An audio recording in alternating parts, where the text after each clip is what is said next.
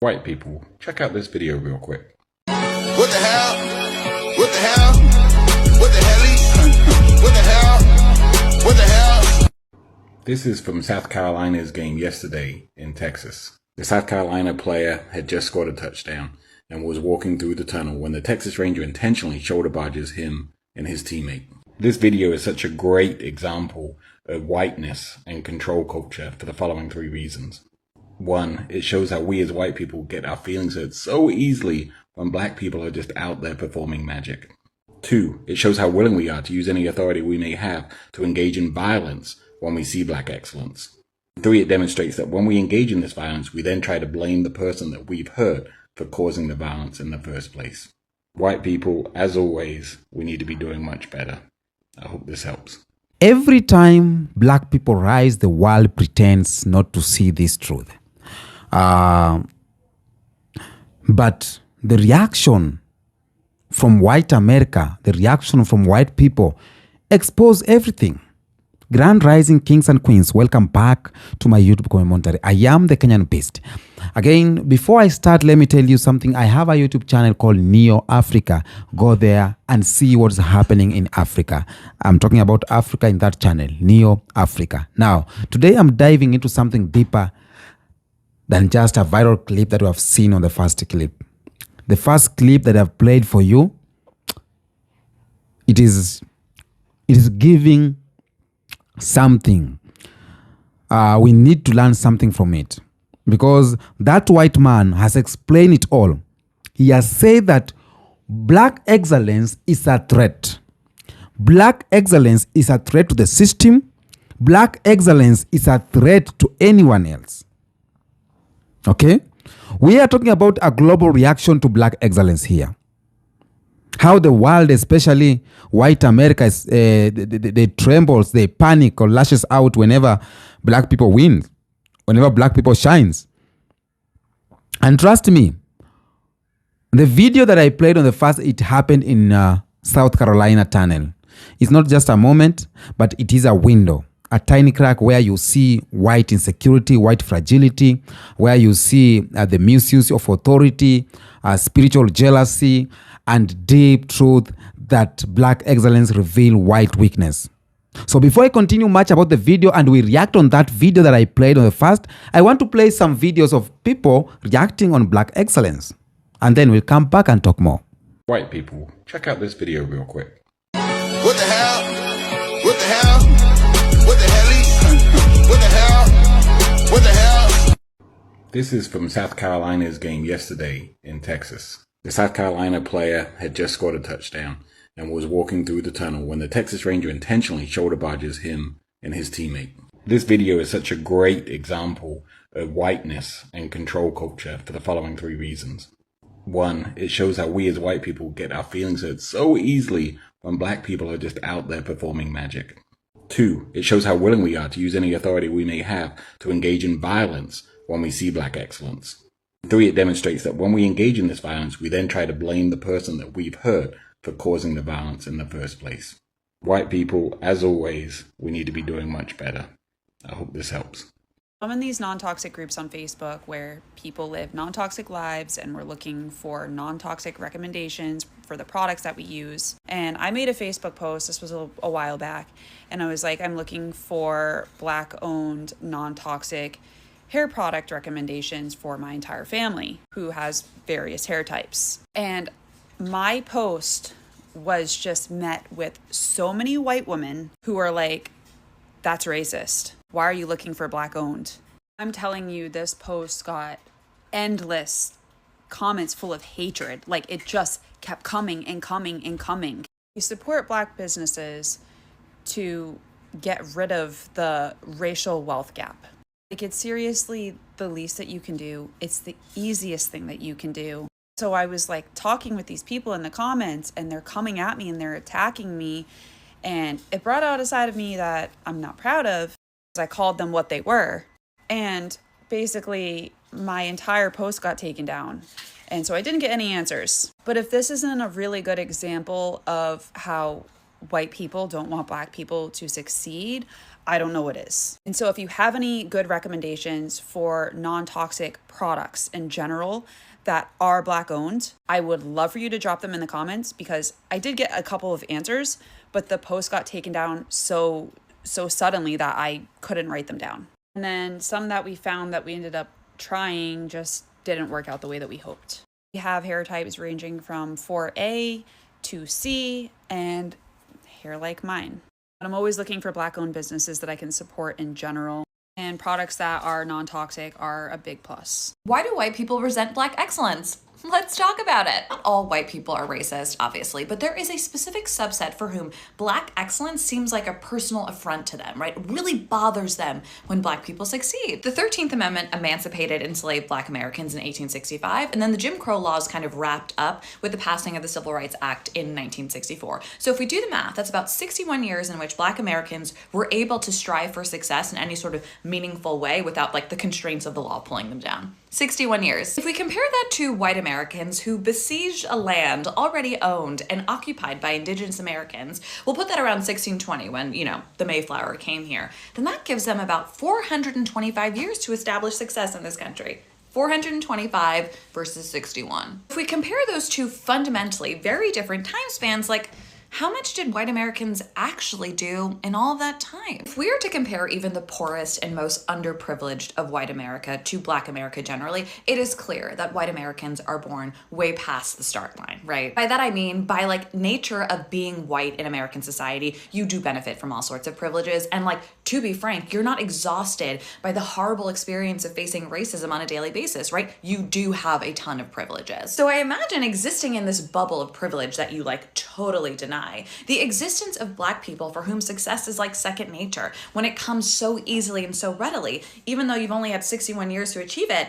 I imagine that's exhausting and frustrating. I imagine it makes people feel super, super inferior and hurts certain people's tiny, tiny little egos. And what do they blame that deep, deep psychic pain on? Well, of course, DEI and critical race theory and affirmative action. So I guess the question is, what might help those white Americans who just so strongly detest black excellence? Like, what will help you? And for that, I would suggest like a lot of therapy, like a ton of therapy. And I would also just suggest that we open the schools, right? We teach people history. Yeah, maybe? Okay, bye. Child, imagine having a head start and you still losing. But here's the plot twist. You think you winning. My grandma would say, bless their little hearts.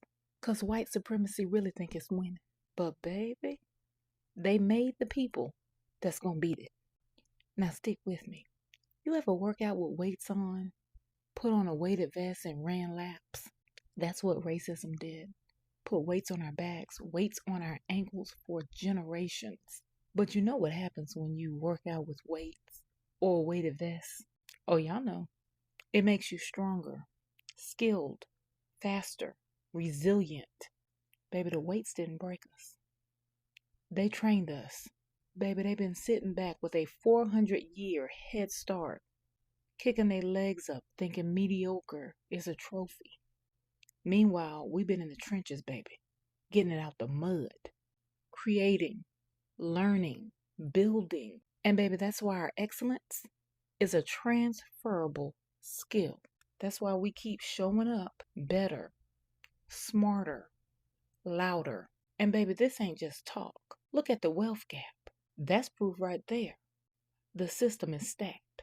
But despite that, black entrepreneurship is still growing. Black businesses are still fueling communities. Our art, our music, and culture.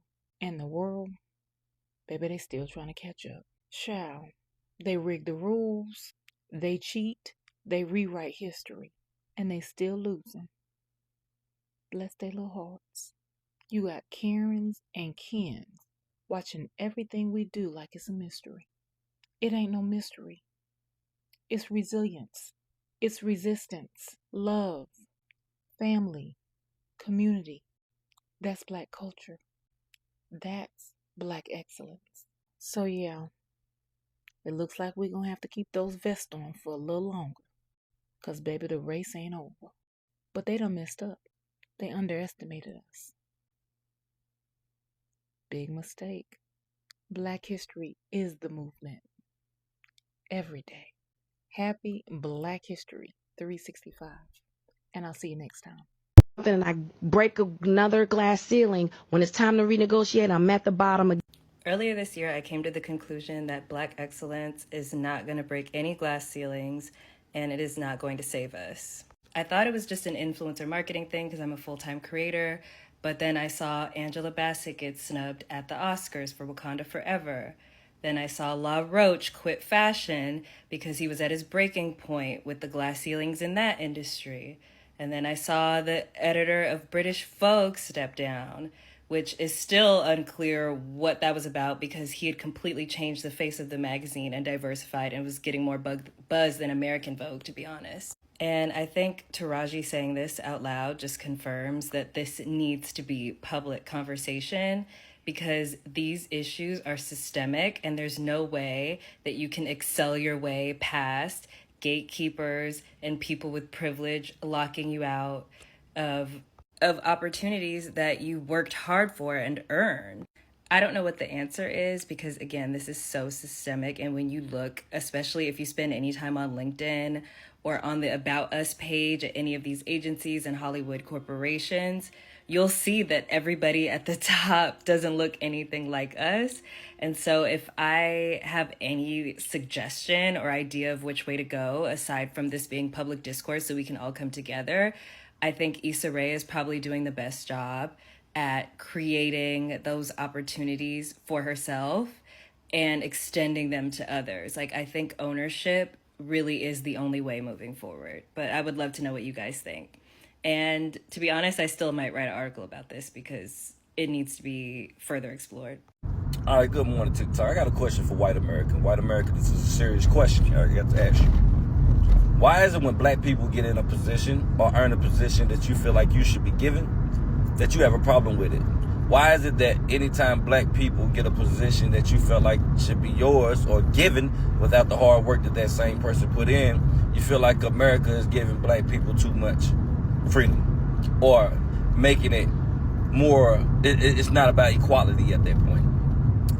Why is it equality is thrown out the window when someone black earns something that you haven't been privileged to get? I really do want to know this. This is something that happens well too often. If you look, I stroll up and down TikTok and I see it so much white hatred. And white people, you can hide behind it all you want. And this is not all white people. I'm speaking to the white people that do it. So for all the white people that don't do it, this ain't about y'all. Please move to the side. This is about the white people that do it. You go up and down TikTok and you spew hatred on everybody's comments, on everybody's post that's speaking about black empowerment. It don't even have to have anything to do with you. And you're going to come on there and you're going to say something because it infuriates you that much, because you're so racist and you're so privileged. It infuriates you that much that you have to say something. But you won't be truthful with yourself. Because one thing that I know that white people love to do on comments is when they see some kind of black on black crime or somebody black woman, this is what they do. Y'all love to say that. This is what they do. Are you surprised by them because you try to categorize us in one section and try to say this is all black people? But then when you stroll and you see white people committing crimes, doing the same thing, you say you plead for forgiveness or say everybody makes mistakes. You, in fact, are the type of individuals that are poisonous to society. But then you try to spin it when people fight back and they're tired of being oppressed. You try to spin it and say, hey, y'all the reason why racism exists. Why does racism only exist when people fight against it? That's the question I ask. When people are tired and has had enough of your mockery and your betrayal and your the hurt you put on people. When people are tired of receiving that, why is it racist? See, people say black people can't be racist, and the reason why they say it is because you can only fight oppression. You can only fight oppression. So it's something that's built. Black people wouldn't think this way towards white if slavery and racism did exist. Like, you gotta think about it. White people have specific clans, brotherhoods that's 100% designed to hate other minorities. Not just black, other minorities. There, you don't see that in other places. If anybody creates any other kind of gangs and stuff like that, it's not to hate, but it's to protect you from the minority. I mean, the other people that hate you. That's the reason why they say racism don't exist. It can put up a barrier to where everything around you you're nervous about, you're shielded about, but everything is out of reaction. Well, back to my subject. So what I asked you is, why does a black man in power scare you? Why does it infuriate you? Why does hard work from another and them receiving their reward infuriate you? What's the point? What's the real thing that we need to address in America? And don't give me this, they pitting us against each other stuff, because, listen, everybody grown at this point. You have grown individuals that's still pushing this racism shit. And it's only, they need to work they need to work with us when you're backed into a corner. So let's just be honest. And then don't try to blame it on us, because blacks is the most accepting culture there is. We accept anyone in the black culture that we think that'll rock with us. And that, in fact, alone is a problem, because we let too many people in that shouldn't be in this fucking culture. And I'm just be honest, this is not to spread hate or nothing, because I believe in unity. I wish that shit would happen. Everybody can live in one accord. And this the thing, don't get me wrong. You have a race. You can root for your race. There's nothing wrong with rooting for your race. I want to see black people fare oh so well. You know what I'm saying? But I don't want to see that at the detriment of me pulling down another race because I feel inferior. You understand what I'm saying? But anyway, can somebody tell me? A South Carolina player, that black South Carolina player has just scored a touchdown, and in a art in motion, there is a pure athletic mastery. So a moment of black brilliance that lights up the entire stadium. And then he was walking towards the tunnel full of joy, of energy with his teammates. Then a Texas Ranger, I think, a white officer, steps forward and shoulder checks him and his teammates. He squeezed himself there. That was not an accident, according to the white person. And I've listened to this white man and I've understood him. It was not an accident. It was not a misunderstanding, but it was a message and a reminder that you might shine on the field, but out here, I still have the authority. That was the message. Okay? And this is the psychology of white control culture in one simple gesture. No shouting, no chaos, no escalation. Just a silent, controlled, intentional act of dominance. And the world saw it. You have seen it. And you can tell me in the comment section. Sometimes people say it is just petty issues, that come on, it's just a small bump, or maybe it was just an accident. People will say you are reacting too much because of this. But let me tell you, black people recognize patterns. And we know exactly, or black people know exactly, the language of aggression without words. A shoulder check is not just a shoulder check. It's a statement of ownership, a symbolic punishment, a reminder of the old hierarchy. Okay? And you are great, yes, but don't get too great. I am who I am here. So this is the same behavior when a black student outperforms white classmate. It is the same behavior where black employee gets a promotion. It is the same behavior where black athlete dominates the field. When black people start building wealth, or when Africa rises economically, that is the same behavior.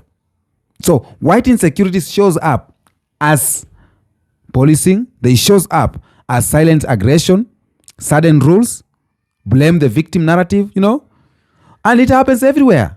I know you've come across this, so we need to channel this. We need to talk about this. Okay? And the three truth the white man pointed out is, he analyzed that clip very well. Leave the clips that are played about black excellence. But that white man, he analyzed that clip well and he told the pure truth. White people get threatened when black people shine. And Professor Robin DiAngola talks about white fragility, the inability of white people to handle discomfort when their superiority is challenged. Black excellence disrupts the myth of white superiority. And for centuries, white America believed that they were smarter, they were stronger, they were better leaders, they were more civilized, they were more capable.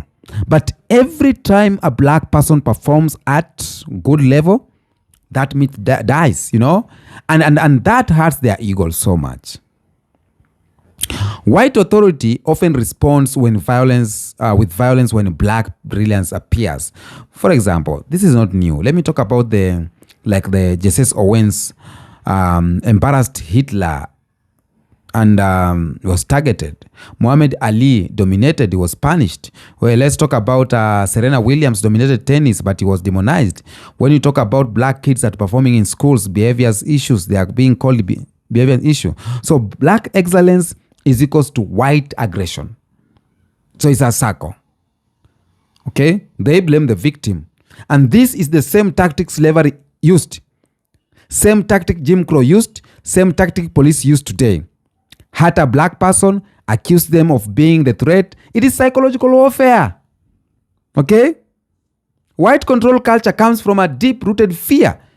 If black people are free, if black people are excellent and united, then white dominance ends. So the fear has shaped laws, policing, education, media narrative, economics, sports system, social roles, and even religion. Okay? And control culture says that don't be too loud.